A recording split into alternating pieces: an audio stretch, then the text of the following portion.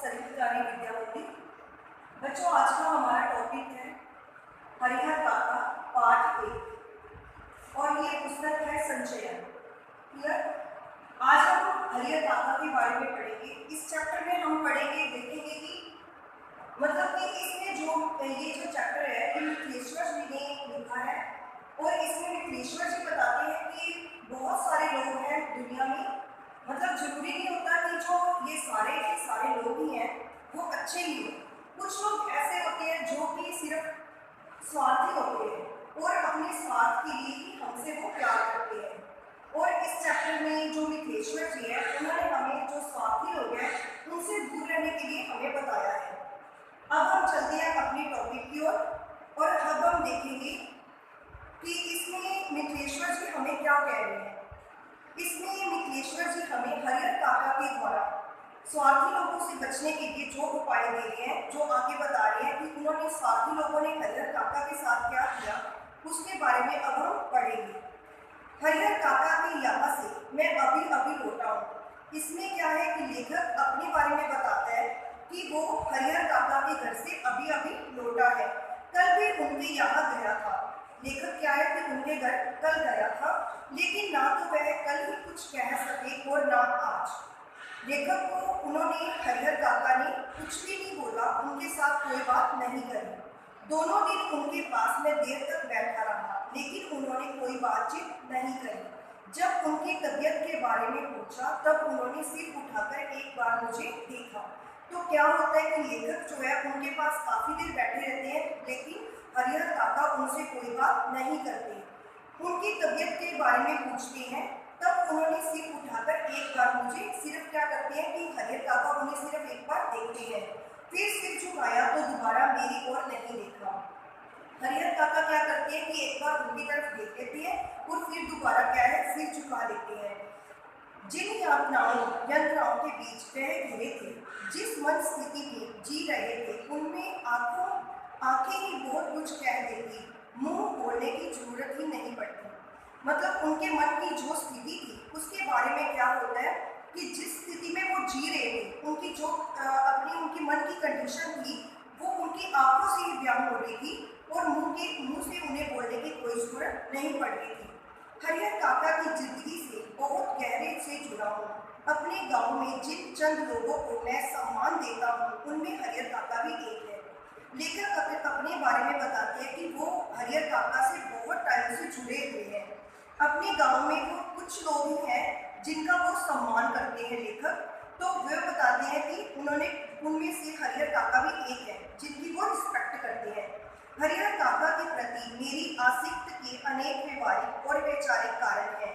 उनमें प्रमुख कारण है दो। एक तो यह है कि हरिहर काका मेरे पड़ोस में रहते हैं। दूसरा कारण यह है कि मेरी माँ बताती है कि हरिहर काका बचपन में बहुत दुलार करते थे, अपने कंधे पर बैठाकर घुमाया करते थे।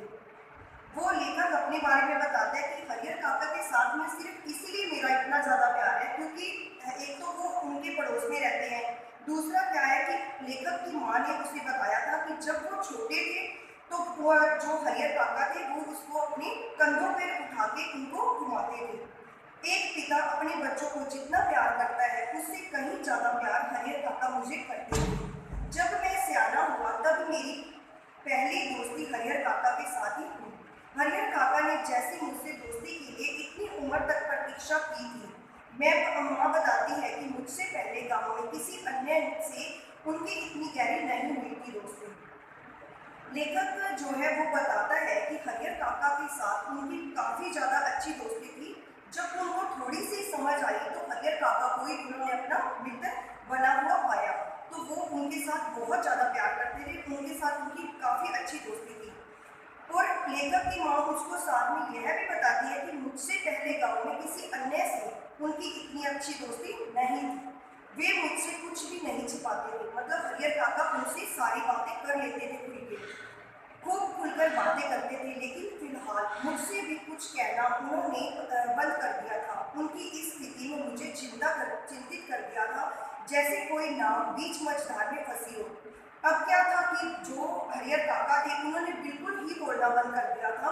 वो बिल्कुल किसी के साथ बात नहीं करते थे, जबकि लेखक ने पहले बताया कि वो उनसे खुलकर बात करते थे।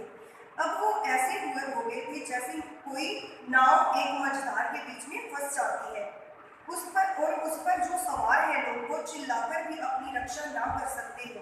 मतलब उनकी अब ये कंडीशन थी कि वो ऐसे हो गए थे जैसे कि कोई कश्ती जो है वो मझधार में फंस जाती है और उसमें जो लोग बैठे होते हैं वो जैसे मतलब कि अपने आप को बचाने के लिए चिल्ला भी नहीं पाते। उनकी ये सिचुएशन हो गई थी क्योंकि उनकी चिल्लाहट दूर तक फैले सागर के बीच उठती गिरती लहरों में विलीन हो जाने के अतिरिक्त कर ही क्या सकती है। मौन होकर जल समाधि लेने के अतिरिक्त कोई दूसरा विकल्प नहीं था। मैंने मन इसे मनाने को कतई तैयार नहीं था। जीने की लालसा की वजह से बेचैनी और चटपटाहट बढ़ गई हो। कुछ ऐसी स्थिति के बीच हरियर काका गिरे हुए थे। मतलब उनकी जो हालत थी वो बहुत ही देखने वाली थी। वो बहुत ही अजीब जिंदगी जी रहे थे। वो बिल्कुल किसी से कोई बात नहीं कर पा रहे थे। वो बिल्कुल साइलेंट होके बैठ गए थे। वो अपना बिल्कुल उन्होंने मौन धारण कर लिया था, किसी से बिल्कुल बात नहीं कर रहे थे। उनकी जो मन की स्थिति थी वो बहुत बुरी थी। हरिहर काका के बारे में मैं सोचता हूँ तो मुझे लगता है कि वह यह समझ नहीं पा रही है कि कहे तो क्या कहे। अब कोई ऐसी बात नहीं जिसे कहकर वह हल्का हो सके, कोई ऐसी उक्ति नहीं जिसे कहकर विमुक्ति पा सके। हरिहर काका की स्थिति मैं भी होता तो निश्चय ही इस भूखेपन का शिकार हो जाता। तो लेखक बताते हैं कि हरिहर काका की अब ये सिचुएशन है, उनकी मतलब हालत ऐसी थी, ऐसी स्थिति थी उनकी क्योंकि वो किसी से कोई बात नहीं कह पा रहे थे। और वो जो लेखक है वो कहता है कि हरिहर काका के साथ जो हुआ, अगर मेरे साथ भी कुछ ऐसा होता तो मैं भी उनके जैसा बिल्कुल ही भूखेपन का शिकार हो जाता, जैसे अब हरिहर काका भूखेपन का शिकार हो चुके हैं। हरिहर काका की इस स्थिति में कैसे आ फंसे, यह कौन सी स्थिति है, इसके लिए कौन जिम्मेदार है, यह सब बताने से पहले अपने गांव का और खासकर अपने गांव की ठाकुरबाड़ी का संक्षिप्त परिचय मैं आपको देना उचित समझाता हूँ, क्योंकि उनके बिना तो यह कहानी अधूरी ही रह जाएगी। अब लेखक जो है वो हमें यह बताने जा रहा है कि उनकी मतलब जो हरिहर काका है वो कौन सी स्थिति में फंसे हैं, उनकी ये स्थिति क्यों हुई, वो भूखेपन का शिकार क्यों हुए। तो वो एक अपने जो गांव है वहाँ पे जो ठाकुरबाड़ी है उसके बारे में हमें बताते हैं कि ठाकुरबाड़ी क्या है, उसमें जो रहने वाले लोग हैं उन्होंने उनके साथ ऐसा क्या किया जिनके कारण वो भूखेपन का शिकार हो गए। तो अब हम पढ़ेंगे कि जो ठाकुरबाड़ी है उनके जो वहाँ के लोग हैं उन्होंने क्या उनके साथ किया, कैसे उनकी ये हालत हुई। तो अब आप बच्चों ध्यान से देखना। मेरा गांव कसबाई शहर आरा से 85 किलोमीटर की दूरी पर है। 10 हसन बाजार बस स्टैंड के पास गांव की कुल आबादी 3000 होगी। गांव में 3 प्रमुख स्थान हैं। गांव के पश्चिम किनारे का बड़ा सा तालाब, गांव के मध्य स्थित बरगद का पुराना वृक्ष और गांव के पूर्व में ठाकुर जी का विशाल मंदिर जिसे गांव के लोग ठाकुरबाड़ी कहते हैं। इसमें क्या है कि लेखक बताते हैं कि जो हमारा गांव है वो कसबाई शहर आरा से 40 किलोमीटर की दूरी पर है। ठीक है, उसमें क्या है, एक हसन बाजार बस स्टैंड के पास ही है हमारा गांव। ठीक है, गांव की जो कुल आबादी है वो 2.5 और 3,000 मतलब की आबादी में है। गांव में 3 प्रमुख स्थान है, ध्यान देना बच्चों।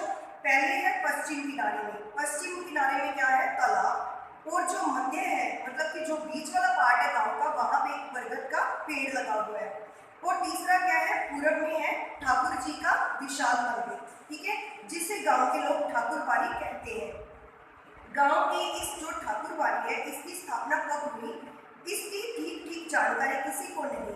इस संबंध में गांव में जो कहानी प्रचलित है वह यह है कि वर्षों पहले जब यह गांव पूरी तरह बसा भी नहीं था, कहीं से एक संत आकर इस स्थान पर झोपड़ी बनाकर रहने लगे। तो इसके बारे में वो लेखक जी बताते हैं कि जो ये ठाकुरबाड़ी है इसकी स्थापना कैसे हुई, ये जो मंदिर था वो स्थापित कैसे हुआ, क्या था कि एक जगह थी।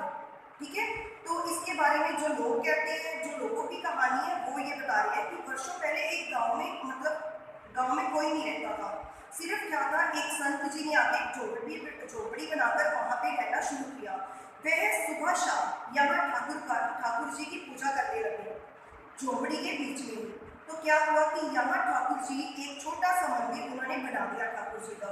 फिर जैसे जैसे गांव बसता गया, आबादी बढ़ती गई, मंदिर के कलेवर में भी विस्तार होता गया। लोग ठाकुर जी को मनौती मानते कि पुत्र हो, मुकदमे में विजय हो, लड़की की शादी अच्छे से हो जाए, तो लड़के को नौकरी मिल जाए। क्या हुआ कि जहाँ पे वो संत ने एक झोपड़ी बना के रहना स्टार्ट किया था, वहाँ पे क्या हुआ कि धीरे धीरे उन्होंने एक छोटा सा मंदिर बना दिया वहाँ पे ठाकुर जी का। तो लोग वहाँ पे जाके क्या करते थे कि मतलब वहाँ पे जाके अपनी मनौतियाँ मांगते थे। मनौती का मतलब क्या होता है? मन्नत मांगना, ठीक है। तो कोई कहता था कि हम हमारी लड़की की शादी अच्छे से हो जाए, कोई कहता था हमारे लड़के की मतलब जो नौकरी है वो अच्छे से लग जाए, या किसी के घर पे कोई पुत्र हो जाए। तो जो भी वो मांगते थे कहते हैं कि वो पूरा हो जाता था, ठीक है। तो क्या हुआ कि इनसे लोगों को जैसे ही मतलब कि लोगों का ये काम पूरा होने लग गया, तो उनकी वहाँ पे श्रद्धा बढ़ने लग गई, ठीक है। तो ये धीरे धीरे क्या हुआ कि वह खुशी से क्या करते थे, जब लोगों को ये उनकी मन्नतें पूरी हो जाती थी, तो वो खुशी से क्या करते थे, ठाकुर जी के वहाँ पे जाके रुपया और अनाज वगैरह चढ़ाना शुरू कर देते थे। अधिक खुशी होती तो ठाकुर जी के नाम अपने खेत का एक छोटा सा टुकड़ा भी लगा देते थे। तो लोग क्या करते थे, जब उनकी मन्नत पूरी होती थी, वो वहाँ पे जाके कुछ पैसे चढ़ा देते या कुछ रुपया चढ़ा देते। तो धीरे धीरे क्या हो गया कि जैसे उनकी मन्नतें पूरी होने लगी, तो लोगों ने अपने जो खेत का एक टुकड़ा था, मतलब कि वो भी ठाकुर जी के नाम करना शुरू कर दिया। यह परंपरा आज तक जारी है। अधिकांश लोगों को विश्वास है कि उन्हें अच्छी फसल होती है तो ठाकुर जी की कृपा से। अब तो धीरे धीरे लोगों को ये भी हो गया था कि अगर उनके खेतों में फसल अच्छी हो रही है, तो वो भी सिर्फ किनके कारण हो रही है? ठाकुर जी के कारण। मुकदमे में उनकी जीत होती तो ठाकुर जी के चलते, लड़की की शादी होती इसलिए जल्दी तय हो गई क्योंकि ठाकुर जी की मनौती मानी थी। लोग कहते थे कि अगर हमारी लड़की की शादी भी जल्दी तय हो रही है, तो वो भी सिर्फ ठाकुर जी के कारण है। लोगों के इस विश्वास की यह परिणाम है कि गांव की अन्य चीजों की तुलना में ठाकुर जी का विकास 1000 गुना अधिक हुआ। अब तो यह गांव ठाकुर जी से ही पहचाना जाता है। अब क्या होने लगा कि जो वो गांव था, उसको भी लोगों ने ठाकुर बाड़ी ही नाम दे दिया। मतलब कि इतना ज्यादा ठाकुर जी के नाम पर उस गांव का नाम भी रख दिया गया।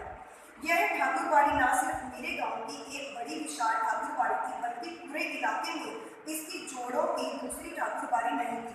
कहते हैं कि उनके जो गांव में ये ठाकुर बाड़ी थी, ये बहुत बड़ी थी, और वो कहते हैं कि इसके बराबर की पूरी दुनिया में कहीं ठाकुर बाड़ी नहीं थी।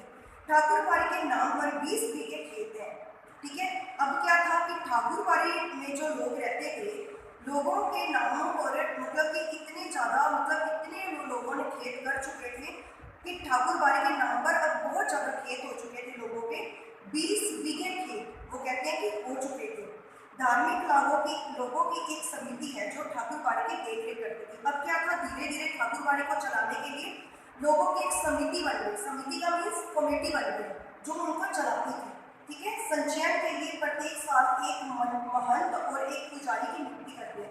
और क्या करते कि इसको ठाकुर बाड़ी को चलाने के लिए उन्होंने क्या किया कि एक महंत नियुक्त किया और एक संत रखा जो इस ठाकुर बाड़ी को चलाते थे। जैसे मंदिरों में पंडित होते हैं और कमेटियां बनी होती हैं मंदिरों को चलाने के लिए, है ना। तो वैसे ही उन्होंने एक महंत और एक पुजारी रखा हुआ था जो कि ठाकुर बाड़ी को चलाता था, ठीक है। ठाकुर बाड़ी का काम लोगों के अंदर ठाकुर जी के प्रति भक्ति भावना पैदा करना तथा धर्म से विमुख हो रहे लोगों को रास्ते पर लाना है। ठाकुर बाड़ी में भजन कीर्तन की आवाज बराबर गूंजती रहती। गांव जब भी बड़ा और बाढ़ और सूखे की चपेट में आता, ठाकुर बाड़ी के अहाते में तंबू लग जाता। लोग और ठाकुर बाड़ी के साधु संत अखंड हरि कीर्तन शुरू कर देते। तो क्या होता था, कहते कि अब मतलब ठाकुर बाड़ी का इतना लोगों को ठाकुर बाड़ी के ऊपर इतना विश्वास हो चुका था कि जब भी कभी गांव में कोई बाढ़ आती, जब कुछ सूखा पड़ता, तो लोग क्या करते थे कि ठाकुर बाड़ी के अंदर एक तंबू लगाकर, एक टेंट लगाकर बैठ जाते थे और वहां पे भजन कीर्तन करना शुरू कर देते थे। और उनका ये मानना था कि इससे क्या होता है कि गांव में कोई बाढ़ या सूखा आता ही नहीं अगर ठाकुर बाड़ी में जाकर हम कीर्तन करेंगे। इसके अतिरिक्त गांव में किसी भी पर्व त्योहार की शुरुआत ठाकुर बाड़ी से ही होती है। होली में सबसे पहले गुलाल ठाकुर जी को ही चढ़ाया जाता। अगर कोई होली होती, होली का त्योहार हमारा आता, तो सबसे पहले ठाकुर जी को जाकर वो गुलाल लगाते थे। दिवाली का पहला दिन ठाकुर बाड़ी जी से ही चलता है। अगर दिवाली का त्योहार होता तो सबसे पहले जाकर क्या करते थे कि दीपक वहां पे ठाकुर जी के आगे ही जलाते थे। जन्म, शादी और जनेऊ के अवसर पर अन्न वस्त्र की पहली भेंट ठाकुर जी के नाम ही की जाती। ठाकुरबाड़ी के ब्राह्मण साधु व्रत कथाओं के दिन घर घर घूमकर कथा वाचन करते हैं। अब बच्चों ये लाइन को आप लोगों ने बड़े ध्यान से देखना है कि ठाकुरबाड़ी के जो लोग थे, वहाँ पे जो ब्राह्मण और साधु थे, वो क्या करते थे कि जब कोई व्रत होता था, जब कोई कुछ भी होता था, तो लोग क्या करते थे, घर घर जाकर जो वो व्रत की कथा होती थी वो घर घर जाकर सुनाने जाते थे। ठीक है, इस चीज को आपने ध्यान में रखना है, क्योंकि आगे ये लाइन जाके ही आपको बताएगी हरिहर काका के साथ भी क्या होता है। लोगों के खलिहान में जब फसल की दवनी होकर अनाज की ढेरी तैयार हो जाती थी, तब ठाकुर जी के नाम उद्यम निकालकर ही लोग अनाज अपने घर ले जाते थे। ठाकुरबाड़ी के साथ अधिकांश लोगों का संबंध बहुत ही घनिष्ठ है। मन और तन दोनों सतन में कृषि कार्य से अपना बचा हुआ समय वे ठाकुरबाड़ी में ही बिताते हैं। तो ठाकुरबाड़ी में क्या है कि लोगों का संबंध बहुत ज़्यादा घनिष्ठ हो चुका था, मतलब वो बहुत ज़्यादा ठाकुरबाड़ी से प्यार करने लगे थे। वो तन और मन दोनों मतलब चीज़ों से ही ठाकुरबाड़ी में मतलब अपना पूरा टाइम लगाते थे और तन मन से उनकी सेवा करते थे ठाकुरबाड़ी की। ठाकुरबाड़ी में साधु संतों का प्रवचन सुन ठाकुर जी का दर्शन करके अपना यह जीवन सार्थक मानना लगते थे, मानने लग गए थे। उन्हें यह महसूस होता था कि ठाकुरबाड़ी में प्रवेश करते ही वे पवित्र हो जाते हैं, उनके पिछले जो सारे पाप हैं वो अपने आप खत्म हो जाते हैं। लोगों का बच्चों इतना ज़्यादा ठाकुरबाड़ी में विश्वास हो चुका था कि अब वो ये मानने लगे थे कि अगर हमने ठाकुरबाड़ी में पैर रख दिया तो क्या होगा कि उनके जो सारे पाप हैं वो अपने आप खत्म हो जाएंगे और वो क्या होगी कि पूरी तरह से पवित्र हो जाएंगे। परिस्थितिवश इधर हरिहर काका ने ठाकुरबाड़ी में जाना बंद कर दिया।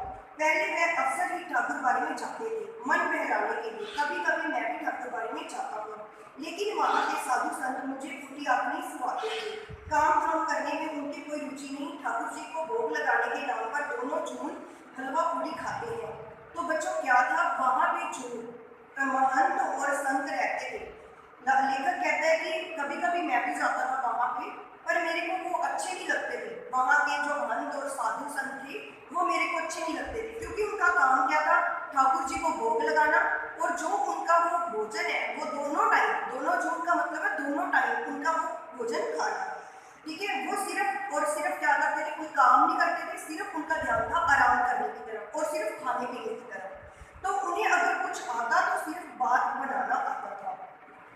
हरिहर काका 4 भाई हैं, सबकी शादी हो चुकी है। हरिहर काका के अलावा सबके बाल बच्चे हैं, बड़े और छोटे लड़के, भाई के लड़के काफी सियाने हो गए हैं। 2 की शादी हो गई है, उनमें से एक पढ़ लिखकर शहर के किसी दफ्तर में क्लर्की करने लगा है, लेकिन हरिहर काका की अपनी देह से कोई औलाद नहीं। भाइयों के घर में हरिहर काका का नंबर दूसरा है। अब देखो बच्चों, लेखक बताते हैं कि जो हरिहर काका है उनके 4 भाई हैं, सबकी शादी हो चुकी थी। ठीक है, हरिहर काका के अलावा सबके बाल बच्चे हैं, मतलब हरिहर काका के घर पे कोई बच्चा नहीं था उनका अपना। ठीक है, बड़े भाई और छोटे भाई, मतलब कि उनके जो बड़े भाई थे और जो उनके 2 छोटे और भाई थे, मतलब वो 4 थे, तो उनसे एक भाई बड़ा था और 2 भाई छोटे थे। ठीक है, पर शादी सबकी हो गई थी, सबके घर पे बच्चे थे, बट क्या था कि जो छोटे भाई थे उनके जो लड़के थे वो काफी सियाने थे। 2 की शादी, उनमें से आगे जो 2 उनके बच्चे थे उनकी भी शादी हो चुकी थी। ठीक है, तो उनमें कुछ मतलब एक लड़का था जो कि शहर में जाके क्लर्क था एक दफ्तर में, लेकिन हरिहर काका की अपनी कोई औलाद नहीं थी। तो आगे क्या था, औलाद के लिए उन्होंने 2 शादियां करी थी। लंबे समय तक प्रतीक्षारत रहे, मतलब उन्होंने 2 शादियां करी कि शायद उनके घर पे कोई बच्चा हो जाए, पर उनके घर पे फिर भी कोई बच्चा नहीं हुआ। लेकिन बिना बच्चे चले उनकी दोनों पत्नियां स्वर्ग सिधार गई। तो क्या होता है कि मतलब उनकी दोनों पत्नियों से उन्हें कोई बच्चा नहीं होता, तो क्या होता है कि उनकी दोनों पत्नियों की डेथ हो जाती है और बचे कौन, हरिहर काका। लोगों ने तीसरी शादी करने की हरिहर काका को सलाह दी, लेकिन उन्होंने अपनी गिरती हुई उम्र और धार्मिक संस्कारों की वजह से हरिहर काका ने इनकार कर दिया। वह प्रेम से अपने भाइयों के परिवार के साथ ही रहने लगे। अब क्या था कि लोगों ने उनको बोला भी कि तीसरी शादी आप कर लो बच्चों के लिए, पर उन्होंने तीसरी शादी नहीं करी। उन्होंने क्या है देखा कि मतलब कि मैं तो बूढ़ा बुजुर्ग हो रहा हूँ, तो अब मैंने तीसरी शादी नहीं करनी। वो क्या करते हैं कि अपने जो भाइयों के परिवार है उनके साथ ही उनके घर पे रहना शुरू कर देते हैं। ठीक है, हरिहर काका के परिवार के पास कुछ 60 बीघे खेत है। अब देखो बच्चों, ध्यान रखना है कि हरिहर के काका के परिवार के पास कुल 60 बीघे खेत भाई के हिस्से 15 बीघे पड़ेंगे। ठीक है, तो 15-15 बीघे क्या होता है, 15 चौके 60, तो क्या हुआ कि 15 बीघे जमीन एक भाई के नाम आती है। कृषि कार्य पर ये लोग निर्भर है, शायद इसीलिए अब तक संयुक्त परिवार के रूप में ही रहते आ रहे हैं। हरिहर काका के तीनों भाइयों ने अपनी पत्नियों को यह सीख दी कि हरिहर काका की अच्छी सेवा करें, समय पर उन्हें खाना नाश्ता दें, किसी बात की तकलीफ ना होने दें। कुछ दिनों तक वे हरिहर काका की खोज खबर लेती रही। फिर उन्हें कुछ पूछने वाला टहर चौका लगाकर पक्का जलते हुए अपने मर्दों को अच्छे अच्छे व्यंजन खिलाती। हरिहर काका के आगे तो बची कुची चीजें आती, कभी कभी तो हरिहर काका को रूखा सूखा खाकर ही संतोष करना पड़ता। अब क्या था कि हरिहर काका के तीनों भाई अपनी पत्नियों को ये चीज समझाते थे कि आप हरिहर काका को अच्छे अच्छे व्यंजन जो हमारे लिए बनाते हो वो उनको दिया करो। पर उनकी पत्नियां क्या करती थी, अच्छे अच्छे व्यंजन बनाती थी, पर वो करती क्या थी कि अपने जो उनके पति थे उनको तो खाने के लिए दे देती थी, पर जब उनके पति मतलब खेतों वगैरह में चले जाते थे काम करने के लिए, वो पीछे से क्या करती थी कि वहां पे जो हरिहर काका उनके घर पे रहते थे उनको सिर्फ वो रूखा सूखा भोजन ही देती थी। अगर कभी हरिहर काका की तबीयत खराब हो जाती तो वे मुसीबत में पड़ जाते। इतने बड़े परिवार के रहते हुए कोई उन्हें पानी तक ना पूछता था। सभी अपने अपने कामों में मशगूल थे। मशगूल का मतलब है बच्चों यहाँ पे अपने अपने कामों में बिजी रहना और व्यस्त रहना। बच्चे या तो पढ़ लिख रहे थे तो धमाक चौकड़ी भी बहुत मचाते थे, मर्द खेतों पर रह जाते थे, औरतें हाल पूछने भी नहीं आती थी। तो क्या होता था, जहाँ पे वो एक बरामदे में सारा दिन हरिहर काका पड़े रहते, उन्हें कोई पानी तक नहीं पूछता था। अगर उनकी तबीयत खराब हो जाती तो कोई उनको दवा वगैरह भी नहीं देता था। तो वो दलान के कमरे में अकेले पड़े हरिहर काका को स्वयं उठकर अपनी जरूरतों की पूर्ति करनी पड़ती थी। ऐसे वक्त अपनी पत्नियों को याद करके हरिहर काका की आंखें भर आती। भाइयों के परिवार के प्रति मोह मन की शुरुआत इन्हीं क्षणों में हुई थी। फिर एक दिन तो विस्फोट ही हो गया। उस दिन हरिहर काका की सहन शक्ति जवाब दे गई। उस दिन शहर में क्लर्की करने वाले भतीजे का एक दोस्त गाँव आया। उसी के आने के उपलक्ष्य में 2-3 तरह की सब्जी, चटनी, रायता आदि बने थे।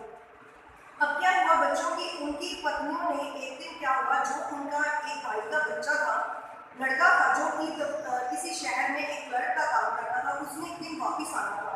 तो घर में क्या होता है, तरह तरह के व्यंजन बनते हैं।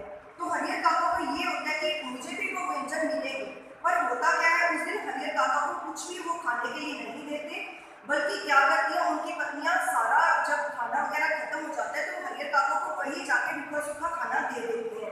तो वहां से उनकी जो सहन करने की शक्ति होती है वो खत्म हो जाती है। फिर उनके साथ इतने व्यंजन घर में बनने के बाद भी उनको रूखा सूखा खाना मिला। ठीक है, तो आगे कहते हैं कि बीमारी से उठे हरिहर काका का मन स्वादिष्ट भोजन खाने के लिए बेचैन था। मन ही मन उन्होंने अपने भतीजे के दोस्त की सराहना की। वो क्या करते हैं, हरिहर काका सोचते कि शायद ही मेरे को जो अच्छा भोजन है वो करने के लिए दे देंगे। वो अपने भतीजे की काफी ज्यादा वो मतलब करते भी हैं, सराहना भी करते हैं, उनकी प्रशंसा भी करते हैं भी शायद ये जो उनकी पत्नियां हैं उनको खाने के लिए दे देंगी। पर होता क्या है, जिसके बहाने उन्होंने अच्छी चीजें मिलने के लिए सोचा था, लेकिन बातें बिल्कुल विपरीत हुई। सबने खाना खा